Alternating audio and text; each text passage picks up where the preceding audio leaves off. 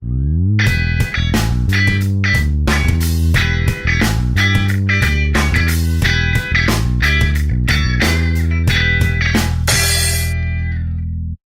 segundo ponto importante tem a ver com a decisão do governo Brezhnev de evitar com que crises futuras, que certamente virão, porque a detente, como a gente viu e discutiu, não é aliança. É um processo de cooperação, mas a competição continua em vários planos. Tá? Crises futuras certamente virão. A questão é como administrar essas crises, como impedir com que essas crises transformem-se em crises mais sérias. Então, o governo Brezhnev, em particular, vai ter uma preocupação enorme de que, quando próximas crises aparecerem, a União Soviética não pode estar numa situação de inferioridade nuclear, tal como ela estava nos casos da crise de Berlim e da crise de Cuba. Ou seja, a União Soviética explode a sua bomba em 49, mas de 49 até meados para o final dos anos 60, os Estados Unidos têm uma clara liderança nuclear em vários aspectos.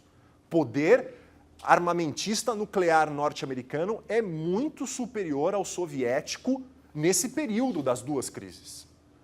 Então, como resposta a isso, a União Soviética embarca num processo de investimento maciço em armas nucleares para fazer exatamente essa aproximação com o poder nuclear norte-americano. Para vocês terem uma ideia da desigualdade, do grau dessa desigualdade, no contexto da crise dos mísseis, essa era a situação. Ou seja, que a gente está falando de número de ogivas nucleares entre Estados Unidos e União Soviética. Tá?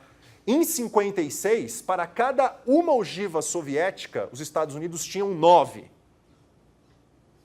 Em 61, apesar da expansão em número absoluto tanto dos Estados Unidos quanto da União Soviética, essa relação até aumentou, vai para 9,47. Só que tem um detalhe, grande parte dos mísseis soviéticos são mísseis de médio alcance. A União Soviética tinha um número muito reduzido de ICBMs, que são os mísseis balísticos intercontinentais, como nós comentamos anteriormente. Então a capacidade de fogo da União Soviética contra os Estados Unidos era muito reduzida. Daí o porquê, inclusive, uma discussão entre historiadores de que o Khrushchev teria, ao instalar mísseis em Cuba, mudar um pouco esse desequilíbrio militar, porque os mísseis de Cuba permitiriam à União Soviética atacar os Estados Unidos. Então a desigualdade aqui não é só no número de ogivas, a desigualdade é também na capacidade de transportar essas ogivas e fazer o ataque no inimigo. Tá? Muito bem. Observe o que acontece ao longo dos anos 60.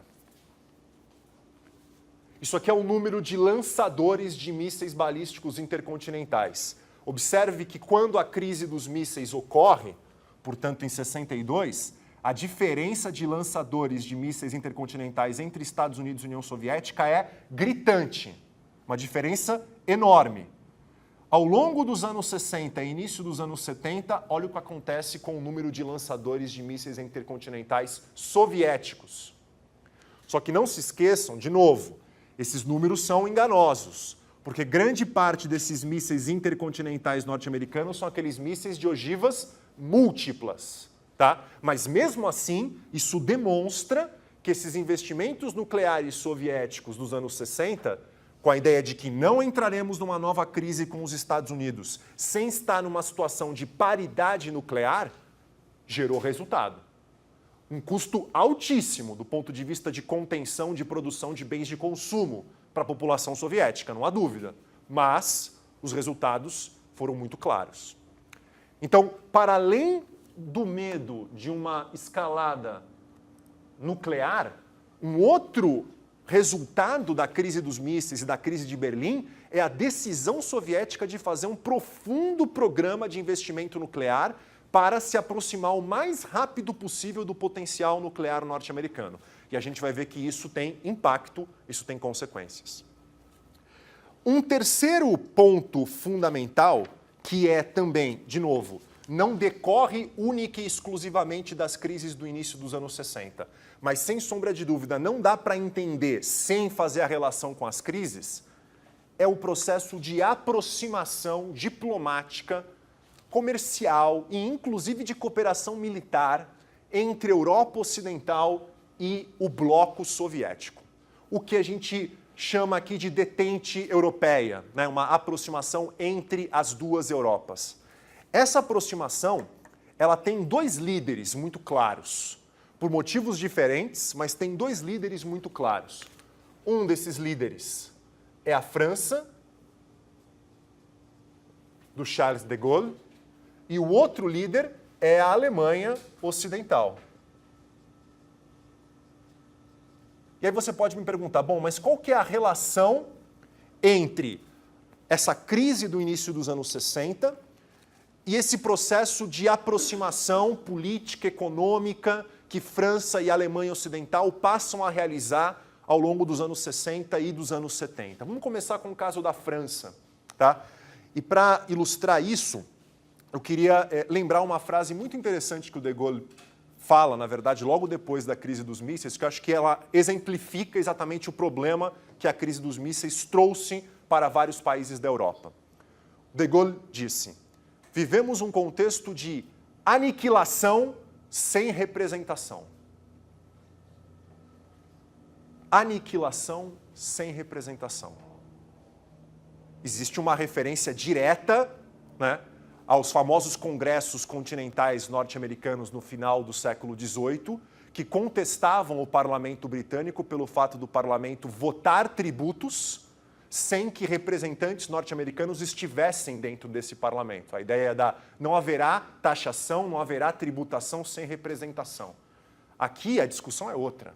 É aniquilação sem representação. Por que aniquilação sem representação? Porque os Estados Unidos tomam a decisão de retirar os mísseis de Cuba, de que a União Soviética tem que retirar os mísseis de Cuba, e que essa retirada seria feita por meio de um bloqueio e por meio de uma ameaça de ataque aéreo, isso é comunicado aos aliados europeus. Isso não é construído. Isso é comunicado na OEA e vota-se na OEA. Não é construído também com países latino-americanos. Por que isso é tão importante? Porque se de fato a crise escalonasse, se de fato a União Soviética, por exemplo, não aceitasse retirar os mísseis e os Estados Unidos tivessem feito um ataque aéreo contra Cuba, vocês acham que a guerra ficaria contida em Cuba? É óbvio que não. A União Soviética, até comentamos, não tinha mísseis intercontinentais. Os mísseis nucleares soviéticos são de médio alcance. Ela reagiria aonde, sobretudo? Aonde, pessoal? Na Europa. Ou seja, a Europa se vê numa situação no início dos anos 60 claramente sendo um ator sem importância política. Porque o seu futuro, não o seu futuro, só a sua existência é decidida por Moscou e Washington. Sem nenhuma participação das principais capitais europeias.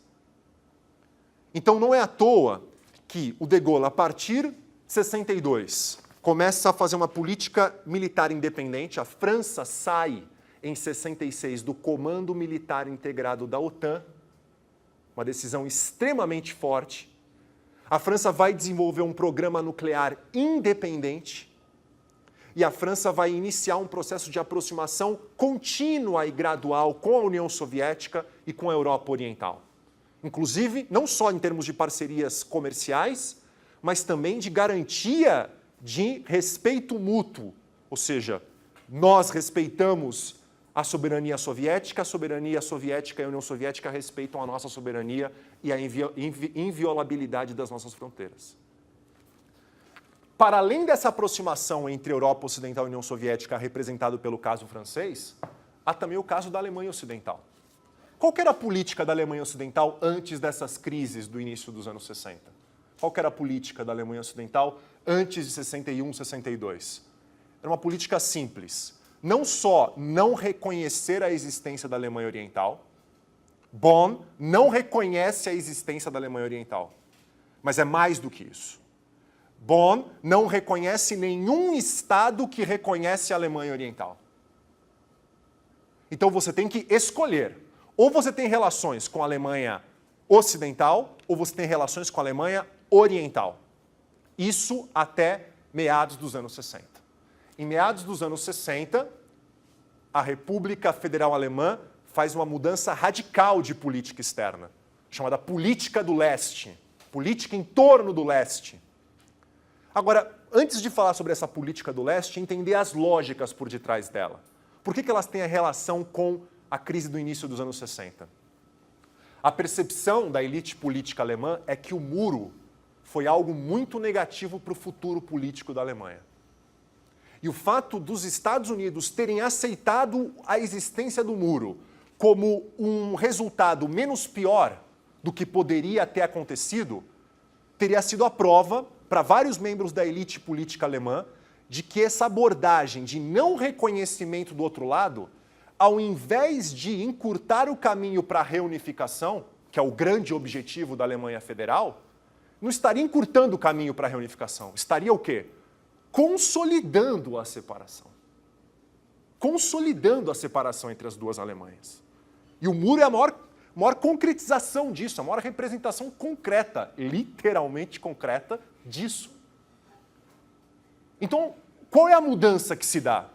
Primeiro, a Alemanha Ocidental começa a se aproximar da União Soviética, e essa aproximação com a União Soviética gera reconhecimento de fronteiras com a Alemanha Oriental e com a Polônia, e culmina, pessoal, em 72, com o reconhecimento do governo da Alemanha Oriental. As duas Alemanhas se reconhecem como dois governos legítimos em 72. É claro que você pode dizer que esse reconhecimento, capitaneado pelo premier Willy Brandt, seria, na verdade, um reconhecimento que poderia também consolidar a separação. O que está por detrás da perspectiva dessa política do leste da Alemanha Ocidental é o de que, reconhecendo e estreitando laços, sobretudo laços econômicos e laços culturais, ao contrário, o caminho para a reunificação seria mais fácil no médio e longo prazo, mas seria um caminho mais fácil do que continuar com essa perspectiva de isolamento. Então, para além da escalada nuclear, para além do investimento soviético nuclear, há uma mudança importante que essa crise do início dos anos 60 gera no continente europeu e, em particular, nas relações entre essas duas Europas. E, para fechar, o último ponto importante para a gente entender forças estruturais da detente, como não poderia deixar de ser, o aprofundamento do conflito sino-soviético. O aprofundamento do conflito entre China e União Soviética, que na verdade começa no final dos anos 50 a um debate enorme das razões por detrás desse conflito. Um debate tão grande que é absolutamente impossível sintetizar. Mas você tem duas grandes vertentes, tá? Há autores que entendem que esse conflito teria sido motivado por razões eminentemente realistas, ou seja, o fato da União Soviética, meados para o final dos anos 50, ter iniciado um processo de diminuição de ajuda econômica e, sobretudo, diminuição de ajuda militar à China e tentativa de conter o desejo chinês de ter uma bomba atômica, ou seja, a União Soviética preparada a não permitir com que a China se transformasse numa potência cada vez mais relevante no palco asiático e global. E há autores que entendem que, para além dessas questões típicas de uma explicação realista, existe um problema ideológico profundo entre União Soviética e China.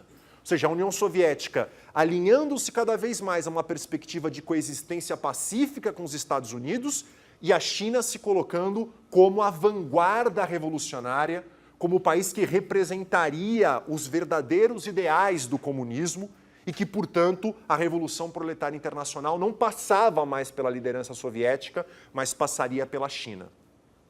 Independentemente aqui do peso que nós damos para cada uma dessas explicações, e esse não é o foco da aula, o fato é, a crise dos mísseis aguçou e muito esse conflito. Porque na perspectiva chinesa, Khrushchev não só foi irresponsável, como ele literalmente, já que ele realizou esses ultimatos, ele deveria ter ido até o fim. Não só em Berlim, mas também em Cuba. Ou seja, isso demonstrava, e quanto mais Estados Unidos e União Soviética realizavam processo de aproximação e cooperação, mais a crítica maoísta se elevava no sentido de que a União Soviética havia se transformado num país de status quo e num império, e não mais numa pátria socialista. A separação chega a um tal ponto que em 69 os dois países entram em guerra. Numa guerra de fronteira que não evolui, não chega a se transformar numa guerra mais ampla, mas demonstra o grau de tensão que existia entre Moscou e Pequim nos anos 60. Pequim passa a considerar Moscou como uma ameaça militar mais séria do que os próprios Estados Unidos intervindo ali no Vietnã no final dos anos 60, início dos anos 70, como nós falamos na última aula. Esses quatro processos juntos, que, como eu disse, não nascem da crise dos mísseis nem da crise de Berlim, mas dialogam claramente com essas duas crises, são forças estruturais que vários autores, em maior ou menor grau, colocam como tendo sido importantes para a detente. Então, se eu pudesse resumir, né, o tripé por detrás da detente, dentro de uma perspectiva de vários estudiosos, e é óbvio aqui que eu não estou querendo dizer que essa é uma resposta ou a única resposta possível, mas é uma perspectiva para a gente entender esse processo de aproximação, o tripé se daria a partir da paridade nuclear, ou seja, a partir de 69, a partir de 70, não há mais uma diferença do ponto de vista de poderio nuclear entre Estados Unidos e União Soviética. Essa diferença, ela existia até início, meados dos anos 60, final dos anos 60, início dos anos 70, ela deixa de existir. Não é à toa que torna-se interessante para ambos os países, para ambas as superpotências, começarem a realizar acordos para limitar a corrida armamentista entre elas. O SALT I é um exemplo e o Acordo de Defesa Antimíssil é um outro exemplo. Queria apenas avançar sobre essa questão da paridade nuclear, um ponto que era muito discutido, sobretudo entre policymakers norte-americanos, que é a questão do chamado First Strike, ou seja, o primeiro ataque. Né? A ideia de uma paridade nuclear parte muito e passa muito pela potencialidade e pela concepção desse primeiro ataque. Ou seja, se entre as duas superpotências, se uma das superpotências, ao realizar um ataque de surpresa, por exemplo, esse primeiro ataque, for capaz de destruir toda ou grande parte da capacidade de retaliação da outra superpotência, então você tem uma situação de assimetria nuclear. Porque nesse primeiro ataque, a outra superpotência seria aniquilada, ou aniquilada na sua capacidade de retaliação, e não conseguiria responder à altura. A partir do momento em que as duas superpotências não são mais capazes, por várias razões, de realizar um first strike que seja capaz de destruir totalmente ou em grande parte a capacidade de retaliação da outra, a outra, portanto, é capaz de ter um second strike tão forte ou até mais forte do que o primeiro que ela recebeu, então, neste caso, atinge-se não apenas uma paridade nuclear, mas o que vários policymakers americanos vão se referir nos anos 60, 70, como um contexto de mutual assured destruction, ou seja, de uma destruição assegurada mútua no caso de uma guerra nuclear entre as duas superpotências. E é aí que a gente faz o elo entre paridade nuclear e não faz mais sentido em continuar se armando, sendo que esses recursos poderiam ser utilizados, e sobretudo no caso soviético, muito utilizados em outras áreas mais importantes e mais necessárias. Tá? Então a paridade nuclear é essencial, isso é muito consensual entre estudiosos para a gente entender esse processo de detente. O segundo aspecto é a questão da detente europeia, como nós colocamos, né? A aproximação entre as Europas que acaba obrigando os Estados Unidos a mudar a sua posição com relação à Europa Oriental. E o terceiro ponto, o conflito sino-soviético, como eu coloquei para vocês, que leva a União Soviética, dado que os Estados Unidos começam a se aproximar da China, esse é um ponto que eu não vou ter condições de explorar, né? Mas o governo Nixon, ao mesmo tempo que faz aberturas com a União Soviética, faz aberturas também com a China, o próprio Nixon visita a China em 72, esse processo de aproximação Estados Unidos-China, que não vai gerar um resultado concreto imediato. Os Estados Unidos só vão reconhecer o governo da China comunista no final dos anos 70, mas é um início de uma aproximação entre as duas superpotências, né, entre China e Estados Unidos, e que vai colocar a União Soviética numa necessidade também de dialogar cada vez mais com os Estados Unidos. Colocando esse triângulo, esse tripé, e olhando-o de uma outra maneira, é como se de uma situação bipolar perfeita, não perfeita, mas mais rígida, tal como existia lá nos anos 50, Estados Unidos e Europa Ocidental, União Soviética e China, o estremecimento das relações entre Estados Unidos e Europa Ocidental e o fato desse estremecimento levar a uma crescente aproximação entre Europa Ocidental e Europa Oriental vai acabar pressionando os Estados Unidos a reconsiderar sua relação com a Europa Oriental. E da mesma forma, o estremecimento das relações entre União Soviética e China e uma aproximação entre China e Estados Unidos vai levar a União Soviética, dentro desse contexto de paridade nuclear, que nós já falamos, a também reconsiderar sua posição diante dos Estados Unidos. Ou seja, há forças estruturais aqui que colocam uma influência ou que fomentam crescentemente uma aproximação entre as duas superpotências, gerando uma dupla diplomacia triangular, né? Ou seja, não só dos Estados Unidos cada vez mais dialogando com a Europa Oriental, mas da União Soviética dialogando com os Estados Unidos a partir das relações Estados Unidos-China. Bom, alguma dúvida até aqui, pessoal? Não? Maravilha. Então agora a gente vai passar para a segunda parte da pergunta. Eu disse que a aula de hoje seria uma aula um pouquinho mais longa, um pouquinho mais tensa. Peço para que vocês tenham um pouquinho mais de paciência, tá? O que nós temos é que no final dos anos 70 e início dos anos 80 há uma reversão importante da relação entre Estados Unidos e União Soviética. E essa reversão torna-se evidente por alguns exemplos, alguns indícios, algumas evidências. Eu trouxe aqui as que eu considero as mais importantes, mas sem sombra de dúvida não são as únicas, né, e que levam a relação bilateral Estados Unidos e União Soviética no início dos anos 80 a um grau muito ruim, talvez comparável ao que aconteceu no contexto da crise dos mísseis ou até no contexto da Guerra da Coreia, como nós analisamos em algumas aulas atrás. Primeiro ponto é um retorno de um programa nuclear agressivo por parte dos Estados Unidos. Os Estados Unidos voltam a fazer investimentos nucleares massivos no final dos anos 70, sobretudo início dos anos 80.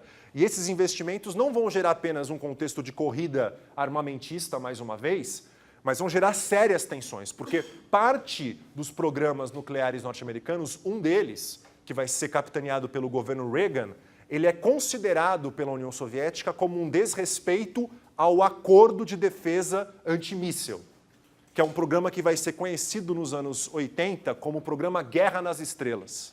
Ou seja, que na verdade era um grande escudo que o governo Reagan estava criando por meio de satélites para criar um programa antimíssil mais amplo. Tá? Então, um primeiro aspecto importante desse retorno das tensões é o retorno da corrida armamentista, fomentado por investimentos nucleares massivos dos Estados Unidos. E esse retorno ele é concretizado pelo fato de que as negociações para um segundo tratado de limitação de armas estratégicas, ou seja, o chamado SALT II, apesar de ter sido assinado, o SALT II avançava em vários aspectos importantes, sobretudo avançava na contenção dos MIRVs, que eu comentei no início da aula. Então o SALT chega a ser assinado, mas devido à deterioração da relação bilateral, o próprio governo Carter demanda do Senado que o Senado desconsidere a ratificação do SALT II. E, portanto, apesar de ser assinado, ele não é ratificado e não entra em vigor. Tá? Então, não é apenas um programa de rearmamentismo nuclear que os Estados Unidos passam a fazer, evidentemente respeitando as limitações do SALT I, mas usando as brechas que o SALT I dava para ampliar em outros campos. Como novos acordos de limitação vão para o ralo e não frutificam.